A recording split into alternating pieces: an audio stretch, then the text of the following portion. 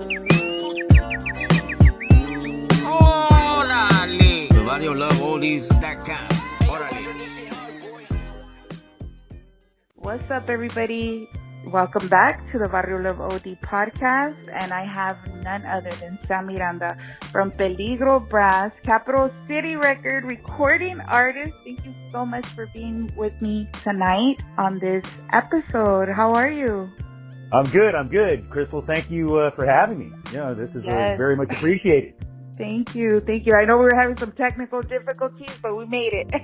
Hey, it's okay. We could always call the cable guy later. You know what I mean? Oh, thank you so much. Let's go ahead and get right into tonight's interview. The first question that we want to ask is, where are you from, born and raised? Man, well, that's got a little, man, if I could make a TV show for Netflix, man, that would be perfect. But to condense it all, I was born in Los Angeles, okay? And I was raised in a little town outside of Sacramento called Woodland. It's a little farm town, okay? Oh, shout out to Woodland. Shout out to Woodland, man.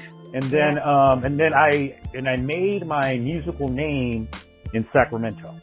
So, three different spots. I mean, and technically though, Woodland and Sacramento, it's kind of one and the same. It's only like 15, 20 minutes away, you know what I mean? Or apart, you know what I'm saying? It's NorCal. But yeah, no, that's pretty much the trajectory of my little, what's it called? My trip. That's dope. I actually lived in Woodland for a little while. I love Woodland, and I always say when I retire, I want to retire there. I just love it because it reminds me so much of back home. It's so similar to where I'm originally from, so I just love Woodland. Okay. So shout out to Woodland. No, you know what? Yeah, no, most definitely shout out to Woodland though, because I went to school there and did the elementary. I did everything there. So yeah, I was pretty much raised there. And it's a great community, Yeah, and, definitely. It's a great community, and like you said, it's a great little small town. There's other little small towns that surround that too that have that small town vibe.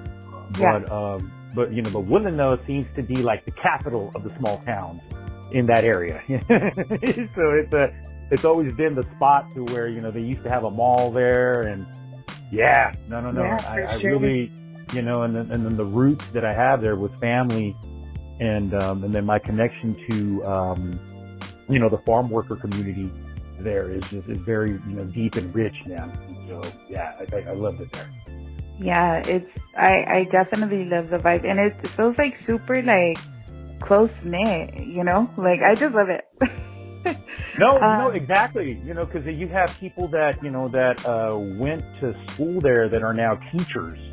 Yeah. For that same school, and it's really cool. I mean, I guess it's again, it's got that small town, hometown vibe and feel, and you just can't get no more pure than that. Yeah, and the cool thing is like you want to go to the city's just like right there, So that's what I loved about it too. It's like you get that like rural area like vibe, and then you just have to drive like 15, 20 minutes and you're already like in the city. So it's like you get the best of both worlds. No, exactly. Like you said, not just the city though, but the ocean is only a couple hours away.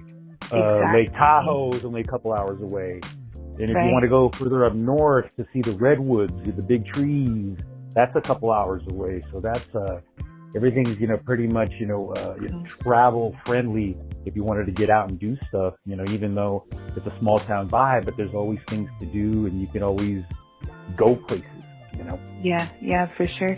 So, you grew up in Woodland. How was it like growing up, like in your home there? Like, what was it like? Oh man, it was one of the most memorable, parts of my life because, growing up in a small town like that, though, and I don't care saying how old I am. I'm 52, so you know what I mean. And technically, so I really grew up when in the late, in the 70s and in the 80s, in Woodland, though. So it's a different time back then. And where I went to elementary school, it was predominantly all, just white kids and Mexicans. And so it was just really just like it was like a little, I don't want to say a culture shock though, but it just like a really eye-opening experience though, because, here I am at home where, I've got my dad that only speaks Spanish, and then my mom, spoke English and Spanish. And it's like, whoa, and then you go to school, and you got all these kids talking different ways and stuff. And it was part of my upbringing, it was my influence, so to speak. So, and, and so it was just like, so being at home, it was just, the typical Mexican-American household. You had, the early mornings, if you weren't in school, they were waking you up, hey, hacer que hacer. You know what I mean? You're gonna, grab that broom, grab that mop, you're gonna do something, cleaning and, cleaning up. And then, while mom is making the breakfast, you got dad saying, afuera, trabajar, that kind of stuff, man. And so, yeah, no. I mean, I was really, fortunate to have that sort of experience, though, because, in that time, during that time, when you're that age, you hate it, right? Yeah. You're 7, 8 years old. It's like, man, why do I got to do all these chores and this and this? No, but I think back on it, I'm very grateful for those values they instill, and so, yeah, no, it was just, I just, it's one of those things where if I could go back, I wouldn't change a thing. So. Yeah. What were you like as a teenager? And as a teenager? Yeah. Oh, wow, man. That's a very good question. I think I want to say that I was very outgoing. If you can't tell by the way I talk now, but it was just, I was just a really outgoing individual. I got along with everybody. I got along with all walks of life, in middle school and high school. I got along with the jocks, the smart people, my fellow Mexicans, of course. I got along with everybody, and I don't think, and I didn't mean to do that. It's just who I am. That's just the part of me, and I'm still like that to this day.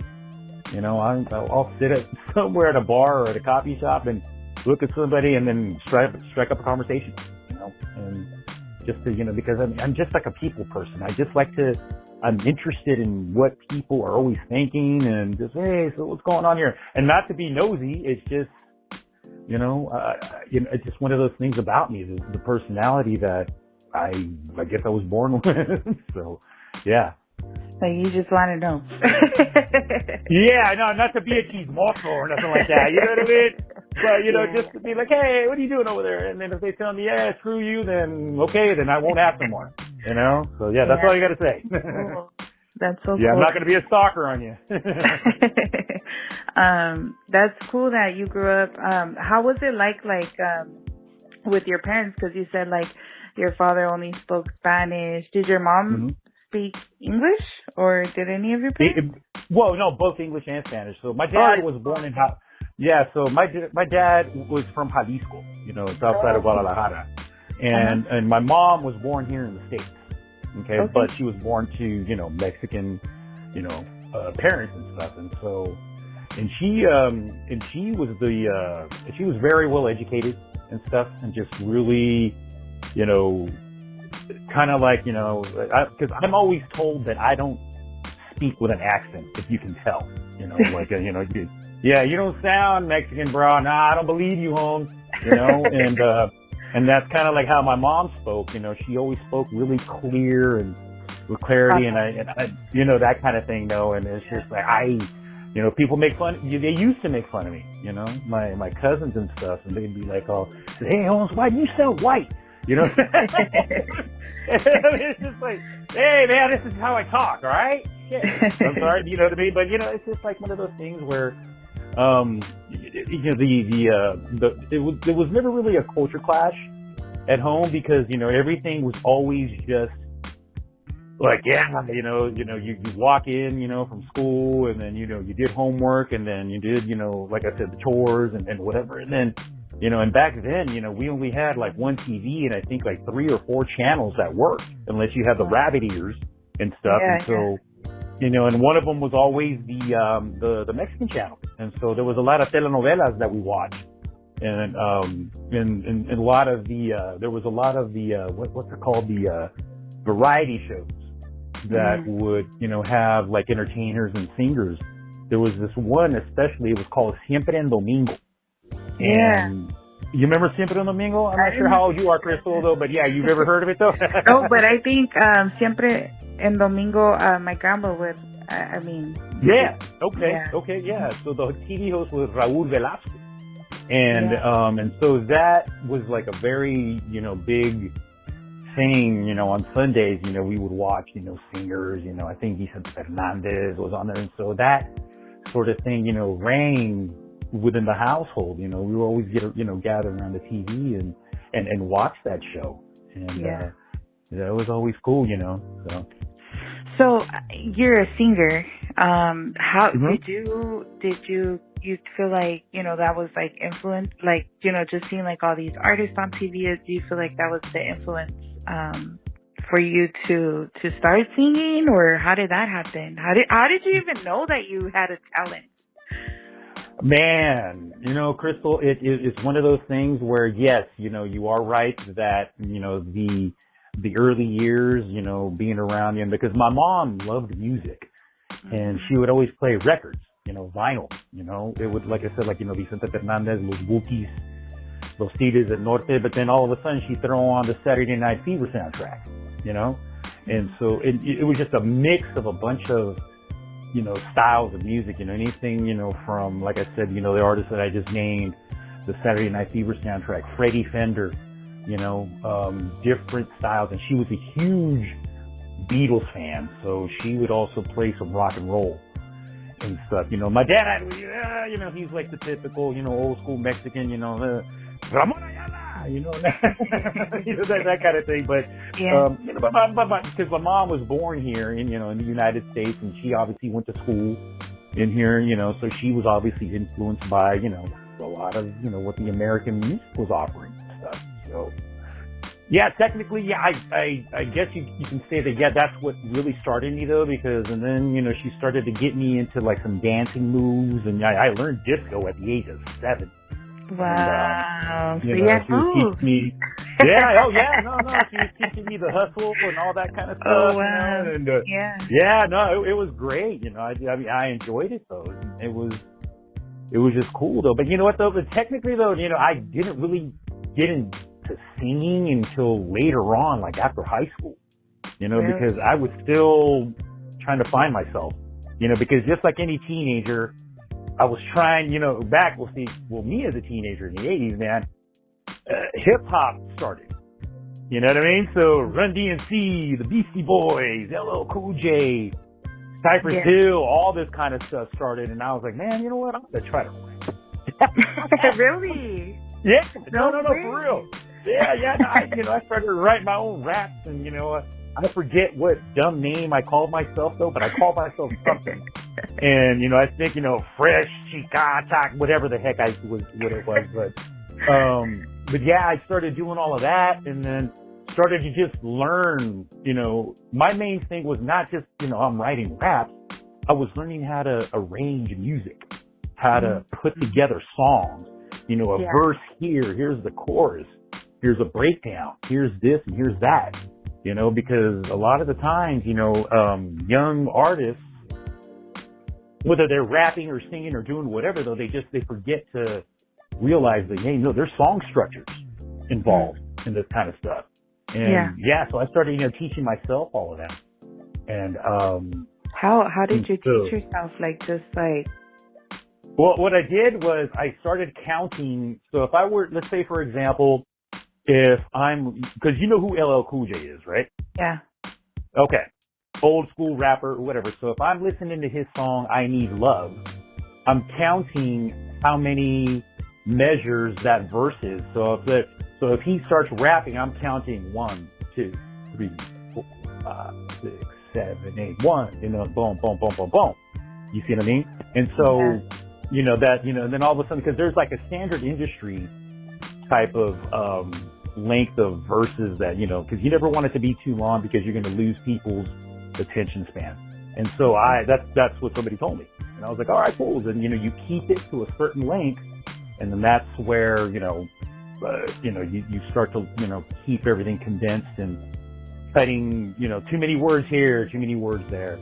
And, so yeah, I taught myself that, really. And Wow.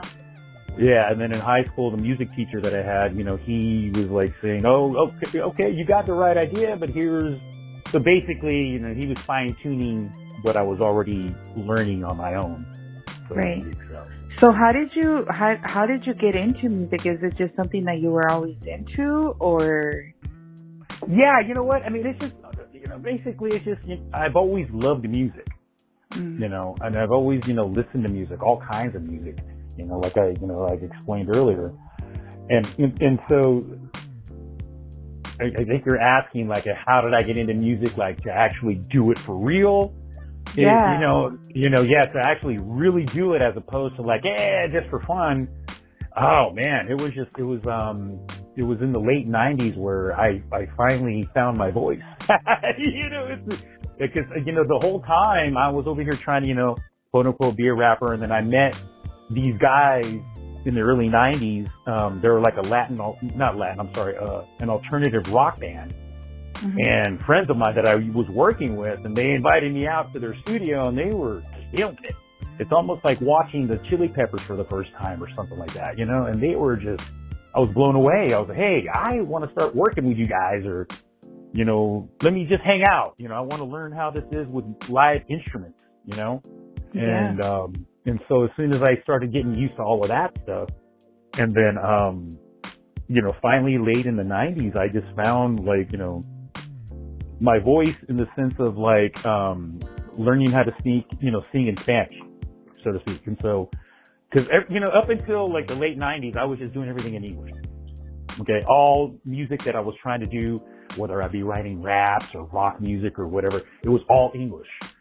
And I finally just found, my voice in the late 90s when I started, I was a late bloomer and finding out about rock en español.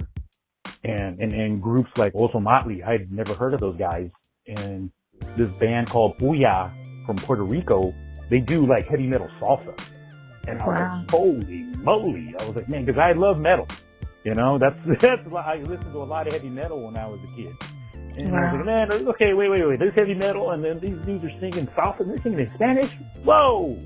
You're like, that's all me right there. There we go. And from that point on, it did it, and it's kind of like, and then I still was a fan of like the old stuff, because there was a time where, I had older cousins that were always playing the East Side Story, the volumes and stuff. And so, and every time I would hear those things, I was like thinking, wow, okay, wait a minute, man, I gotta do something here, and, so that's basically in the late 90s. I want to say 97, 98. That's when it just started. And here I am right now. So did you start like with a band, or were you solo first? I put together a band. Got some guys together and, just started, messing around with some things. And we were, because again, though, when you start doing stuff with, other musicians, you got to take into consideration their flavors and all that kind of stuff, though. But I had one thing in mind where I was like, hey, whatever we do, man, I'm doing my vocals in Spanish. Okay. So whether we sound like, Tool or Deftones or whoever, I'm doing my stuff in Spanish. So we and so that, it was just, it was very eye-opening, and I'm very grateful for the person that introduced me to all of that kind of stuff. And, God, rest his soul, he's no longer with us. His name is Jose Lepe, and he's the one that said, hey, you got to listen to these guys. You got to listen to these guys. I'm like, wow, okay, cool. Yeah, so don't be listening to all that hardcore rap stuff. Listen to these guys. And I'm like, all right, cool. And that's what we did. Wow, that's so cool. And how did you find your your sound? Like when you were putting your band together, did you kind of already have like a genre of music that you knew? Okay, like we're gonna get together and we're gonna play this specific genre of music, or how did you find your genre that you wanted to stick to? Yeah, you know what though, the genre, or basically, what I wanted to do is I wanted to make people dance, make people have a good time. And not just with the fast stuff, but then also with the oldie stuff that I'm writing.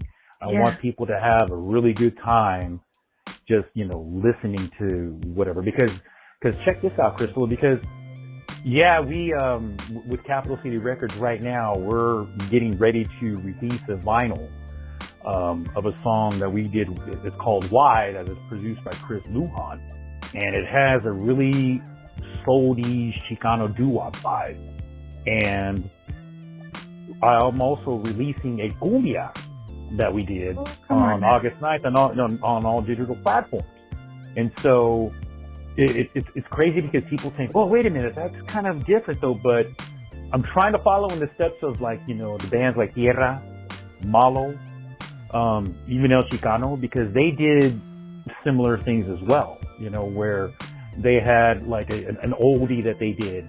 And then they'd have that dance tune, to get everybody, jumping and popping and stuff.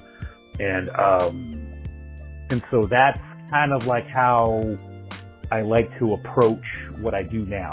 You know what I mean? And so, that's exciting though, that you guys have, that coming out, that record. Why? Right? It's you said it's like a salty vibe. What was that like working on that project? Oh wow! It was very exciting because two reasons why it was exciting. One, I had it written for a few years, and so you wrote it. I wrote it. I wrote the song. Wow. Okay. And so I was like, I had it sitting for like about 4 or 5 years, and I wanted to try it with my actual brass ensemble with all the horns. But it just wasn't working. And then I tried it out with somebody else to see if we could, do something, and it wasn't working then. And then by chance, somebody wanted some horns on a project, and I was like thinking, okay, cool. I'll take my horn, my trumpet guy to go over to the studio that they wanted the horn. And, my buddy, Chris Lujan, was the guy that was manning the board, and he and I just started talking, and we were just like, oh, okay, cool, hey, what's up, man? What are you doing? And how do you, first time we ever met. I've heard of him, but it's the first time he and I ever met. And so we got to talking, and then I said, hey, man, I got this song that I've been trying to do for like all these years. Will you be willing to help me with it? He's like, sure, shoot me the rough draft or whatever, and it worked, and it happened. It was just, wow. Yeah. It was just really cool, meeting him and hanging out with him. And he, sent me a rough draft of what he thought, and he played all the instruments on that song. He played the drums, the bass, outside of the horns and the vocals. Yeah. He played the drums, the bass, the guitar. And, it was a very beautiful experience. And we had fun doing it. And I'm not sure if have you heard the song, Crystal? I have not. I have not heard it, but well, you know what? I want to send you that MP3. I'll send you that MP3. Okay? I got you. I got you on that. All right, that's so cool. I'm so excited. And so Casper, he's Capitol Records, right? Casper. Yeah. That's him. Yeah. So me and Casper, he invited me to co-host with him for some time at KDVS. So I was there with Casper for a little bit. He's such an amazing man. He's so cool. Yeah, really cool guy. Really cool guy. Yes, a super humble, down to earth. So shout out to Casper. It's always a good time. But that's awesome. Do you guys are you guys currently working on anything new now, or any projects? Well, just like we said, the vinyl, the 45 for Y is going to be released on Labor Day weekend, and then we've got a cumbia being released digitally only on August 9th. And so, those are the two immediate releases that are going to be coming out. And again, I'll more than happy to email you the MP3s for both, so you can check them out and stuff. So, and I heard that you guys are having a release party as well, right? Coming up?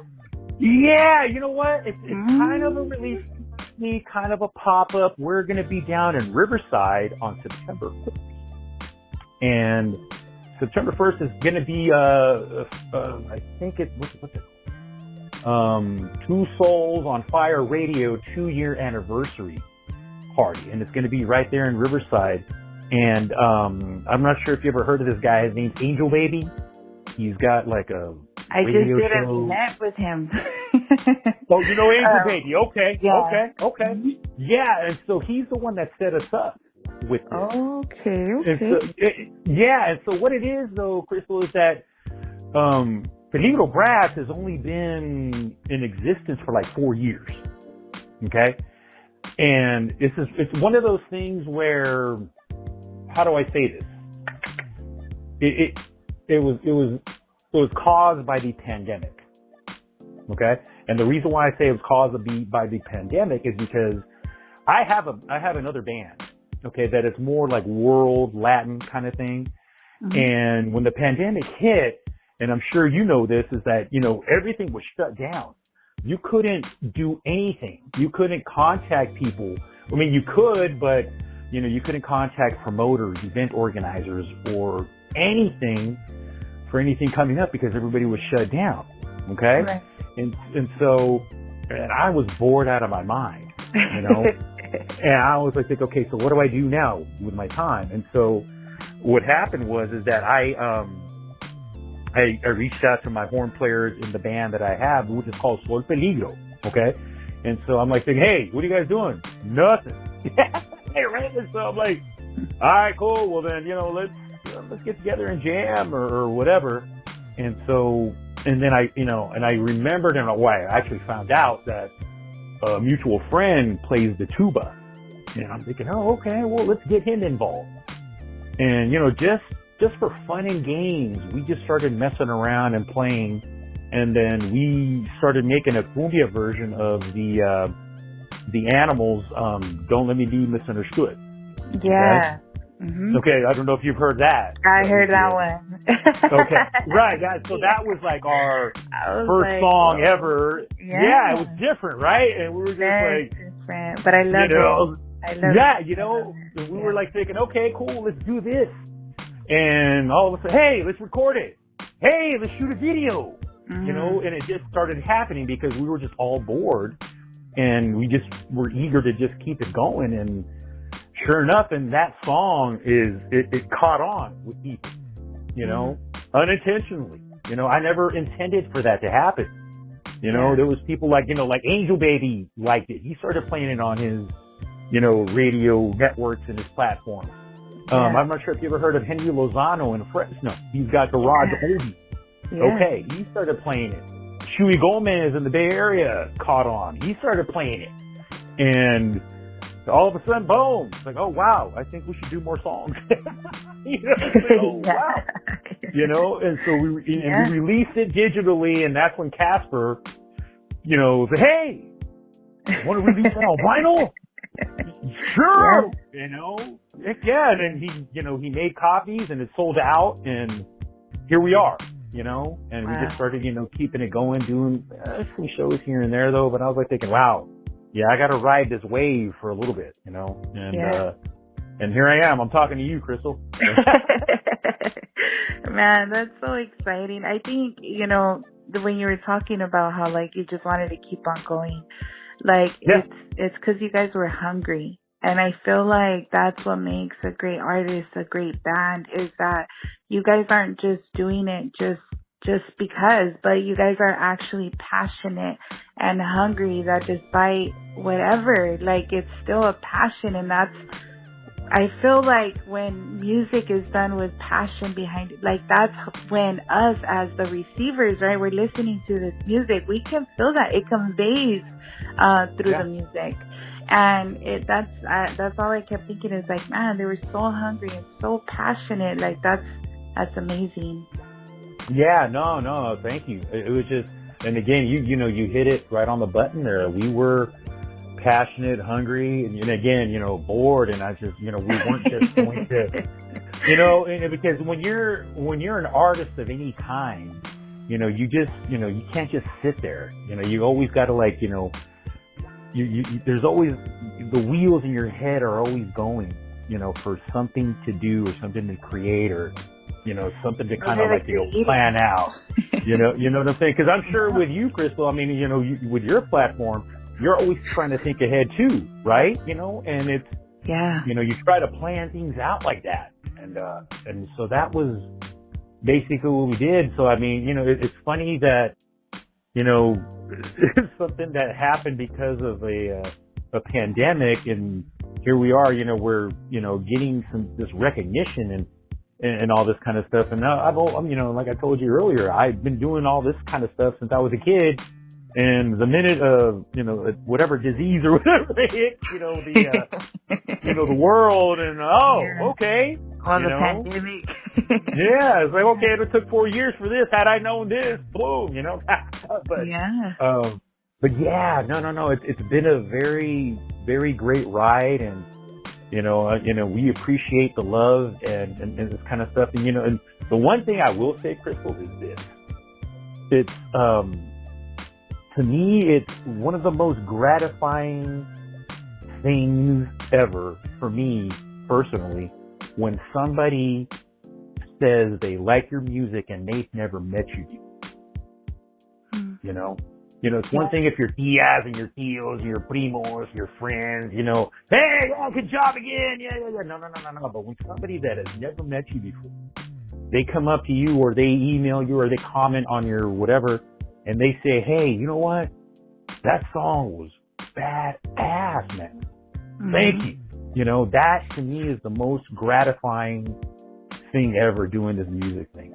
And I think for you, like, I'm thinking, like, because you're a creator, right? Like, you're a writer. You wrote, you're a writer. So for you, it must feel like that times 1,000, because that's like it came out of you. Like, that's your baby. Yeah. You made that. And no, for sure. I can only imagine, like, just hearing the feedback of something that you created.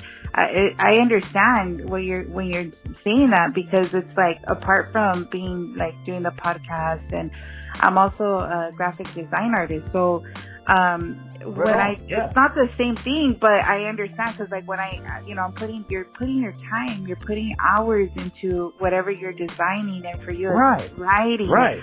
And then when you see the final product and, people that you don't know, like, that's your artwork or that's your song, it's just like, man, it's a good feeling. Yeah. I can relate. Yeah, and especially coming from somebody that you've never met before. Exactly. I mean, somebody asked me one time, because, obviously, hey, I'm saying, there's every so often I like to do a couple covers. I'll sing a Freddie Fender song, like Wasted Days, Wasted Nights, or something like that. And then, there's a bunch of people in there. They'll clap. Yeah, right on. Yeah, that was great. You did a great version. Whatever. Yeah. But if I sing an original song that I wrote personally, and if one person comes up to me, like I said, just one, as opposed to 100 people, just one person says, hey, that song touched me. Awesome. And that is, I mean, I will. It was worth all your hours. All your nights. As opposed to, somebody tell me, yeah, you sound just like Freddie Fender. I would never take you, and, but no disrespect to Freddie Fender, that, no, but you get what I'm saying, Crystal, No, of course. Yeah, like you can replicate, like same for me, right? I can. So like for me, right, you come to me and you're like, hey, Crystal, like, I love this logo. Can you do it exactly like that? Yeah, I can make it. It's all right. Like, it's going to come out all right, but let me design something for you. Then it's like, it's going to blow your mind. It's so same like with you, right? Like, it's cool. I can sing a song for you, but let me show you one that I wrote. It's different, right? Exactly. And then only the feeling behind that, I'm sure, as well, right? So it's more. No, most definitely. Yeah. Super gratifying, man. Gratifying. That's so cool. So this event is right. I know it's gonna be here in SoCal. So anybody that's listening, do you wanna if they wanna go to the event, you wanna do you know any information on it, or can they reach out to you directly, or how can we? Yeah. They can reach out to the Peligro Brass Instagram page, but if they're listening, it's at this restaurant called El Calentón, something like that. Yeah, El Calentón. I don't have the actual address, memorized right now. I think I have the flyer here, so let me pull it up. Okay. So go ahead and give the information while I pull it up. Yeah. So basically, it's a place called El Calentón, and it's the 2-year anniversary for this online platform that's called Two Souls on Fire Radio. Yeah, so I have it here. It is going to be at 10390 Arlington Avenue in Riverside, California. Yep, there we go. So that is the address. And then you could reach out to him directly or to Peligro Brass for details. It's going to be Sunday, September 1st. Exactly. And then again, Mr. Angel Baby is going to be the host of the whole event, and then again, he's the one that set us up with this, though, and he's been a huge supporter of us, since we started this stuff, man. And I'm looking at the time, I'm so sorry to interrupt, but I'm looking from 2 o'clock in the afternoon all the way till 1 in the morning. Well, you know what? I'm not going to be there from that time. Okay. All right. Okay. You know what I'm saying? I mean, you know what? Like I told you, Crystal, earlier, I'm 52 now. I can't, if I go 2 o'clock, I'll have to go take a nap and come back, Yeah. But yeah, I think what's going on is that I think from 2 to like 5 or 6, is going to be, it's going to be free to the public, and then right there's a parking lot. They're going to have, I think there's going to be a card club there, vendors, there's going to be some booths. We're going to be there, obviously. And then from 6 p.m. to the break of dawn, or whatever they want to call it, that's when, like, there's going to be some performers there, some DJs, inside of the spot and stuff. So that's how they're breaking it down with that. Nice. No. So again, we're very grateful. And again, Angel Baby hooked us up with that. And we're very, it's funny because I never thought that, that area right there, they really love us. They've showed us so much support and appreciation. They're huge fans of ours, and, I never thought that. Okay. That sort of thing, though. And there's a really deep, fan base down there. Not just, for us, though, but for the style of music, and then, the culture. And, I'm sure, you're down there, Yeah. And, it's a beautiful thing. I mean, I'm looking forward to that. Yeah, I'm excited for you guys. I'm definitely excited. I'm going to be at that event. Casper already let us know. All right. Cool. I definitely can't wait to. I'll probably be like you, though. Go hang out for a little bit and then go take a break. Yeah, you know what, though? I'm so OG, man. I'll go take a nap in the car. Me and Casper will take turns, you know what I mean? So, That's so cool. No. But it's very cool. Yeah, so you guys are traveling all the way from NorCal to SoCal, so that's gonna be a drive. But that's awesome. I think that's the beautiful thing about music is that I always say music knows no colors, no state, no city. Like it's what unifies us all, and it's love, no matter where you're at. You could be NorCal, you're right. South, SoCal, Texas, New York, wherever you're at, that's what unites us all. No, it does, though, and that's what I'm really looking forward to, though, because again, the following has been building and bubbling over there for the last 3 or 4 years, and we're finally getting down there to do a meet and greet with people and stuff. Yeah. And shake hands and kiss babies and all that kind of stuff, whatever they call it, and just embrace the people down there, though, because and again and I'm sure it happens with all aspects. Oh, you're coming from NorCal, we're SoCal. Come on. Mm-mm. We're all gente. You know what I mean? We're all that's what culture. I say. Exactly. That's exactly what I say. Like, that's what unifies. It's blind. Music is so blind. It doesn't know color. It doesn't know anything. And no matter who you are or where you're at, you're going to feel exactly what I feel when you listen to that song. So that's, it, you know, it's all love. No, it is though, for real. And that's, that's part of the reason why it was, you know, people down there, you're just like, at first they tripped out. They're like, whoa, wait a minute. You guys are from where? You know? No, it's all love. And that's it, you know, and then, you know, they just accepted everything, you know, because, you know, we're not, you know, trying to flex any muscles and, you know, nothing like that. It's just, hey man, I'm just singing from the heart, you know, it's just, you know, because again, what I write about is, you know, things that I may have, you know, gone through personally or read in the papers, you know, with some sort of thing though. It's just, you know, there's content to what I write about, you know? So just a quick question. How do you, like what do you feel? I know you're saying like different things that you go through and all that. Like, can you explain to us, like, when you're, like, how do you get to a point, like, do you just write randomly? Like, you're just sitting down on the couch and you write? Or do you have to, like, how do you, like, to get inspired to sit down and write a song, compose a song? Like, to me, that's crazy. You know, I couldn't do that.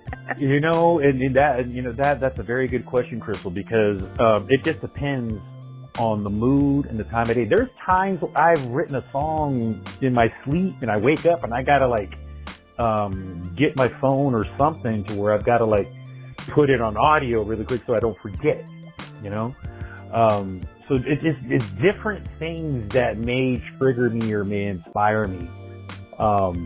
You know, and it's just, so if I were to say, hey, I'm going to set some time tomorrow between 2 and 4 to write a song, I'm going to guarantee you 100% that there's not going to be a song that's going to be written. Right. You get what I'm saying? I can't plan it. Yeah. You know, I cannot plan it. You know, I can't schedule it on my calendar. Oh, okay, that's July 31st. From 1 to 4 songwriting, and guarantee you there's no songs that are going to be written during that time frame. Right. So everything that I've always written has always happened just at odd moments, you know, and I've got to like either, like you said, you know, write it down. If it's like a hook that I write, you know, lyrically, got to write it down, or if it's a bass line or a certain horn line that I came up with, I've got to, you know, hum it into my phone really quick so I don't forget it. You know, that sort of thing though. So that's the story of it, man. Because again, you know, I have musician friends that literally, you know, will schedule their time of day. Like, okay, I'm going to songwrite, you know, this time. And I say, hey, so what'd you come up with during that time? They're like, nothing. So it's just, you know, I mean, some people are just built differently though, but for me, I cannot schedule a time to do that. It happens at any time, even in the shower. And, you know, I could be at Target and come up with something and I got to go run outside and, you know, and then hum it into my phone because I don't want somebody to look at me weird that I'm saying, oh, what's this guy humming? You know? Get him out of order, you know? Yeah. It just happens at any moment, pretty much, you know? So, in being a writer, do you ever get like, what do you say, like writer's block? Or like, is there ever? Oh, yeah. Yeah, huh? Oh, yeah. It happens. And it happens more than some people might want to think with people, you know? You know, there's been songs that I've sat on, you know, for like about a couple years because I just can't figure out a certain hook or whatever. And then all of a sudden, again, you know, like I explained, I'll be somewhere and I was like, oh, boom, here we go. I figured it out. And then just got to, you know, no. But definitely I do get writer's block, you know, especially when it comes to, you know, because what I try not to do is be repetitive with the content of, or the subject matter of a song. You know what I mean? Because, you know, you can write about songs, about heartbreak all you want, you know, and, you know, even though the tempo may be different or whatever though, but it's still about, you know, one certain kind of thing, you know. Right. And, you know, so yeah, I try to spread it out, you know. I've got my heart. Why is about heartache. So that song's about heartache. And then this cumbia that we're releasing on August 9th, it's not directly with me though, but I've read about this guy. He was killed in a drug deal gone bad, but his backstory was he became part of this drug thing or whatever to make extra money because him and his wife were struggling. His day job wasn't paying enough money, and so he picked up a little side gig with a friend, and he was in the wrong place at the wrong time, and he was killed. But what he did though, he wrote a note before he left to do whatever he was doing, to his wife saying, hey, I'm sorry that I made these decisions. Please forgive me, and he died, and she, got the note later on. But yeah, it's just those kinds of things. So the cumbia is about that story? Yeah. And what's funny is that, and that's what's crazy though, is that this is a cumbia where you're going to be dancing, but the lyrical content is sad, and so, so that's how I approach that and stuff. So it's, and that's easy. And that's the beautiful thing about songwriting is that, you just never know, you hear lyrics about a certain song, and then all of a sudden it's like, oh wow, that's what it means. Holy moly! Never mind. And no, that's the approach I usually try to take sometimes with stuff. So that's awesome. Well, my last question for you is, do you have any advice for any upcoming artists or anybody that wants to pursue the music industry? Any advice for them? Basically, don't give up. Never give up. Don't ever let somebody's opinion stop you from, for pursuing, your career. Take those opinions as a positive, because how, like we discussed, it's kind of constructive criticism. There's if somebody doesn't like what you're doing, does not mean that the next person is not going to like it. True. Don't ever stop at one opinion. Okay? Keep it going. And then also, trust people that are close to you that are not part of the music business. Okay? That's huge. Okay? Because you always want to surround yourself with somebody that's not a part of it, but is there for you regardless. You know what I mean? Because you're always going to have yes people, no people, within this industry, and, it's cutthroat, man, and just always surround yourself with people that are not a part of it, but will always back you up, and that's it, and then other than that, you're just going to learn on the fly. And hey, if somebody ever wants to reach out to me personally, hey, do it.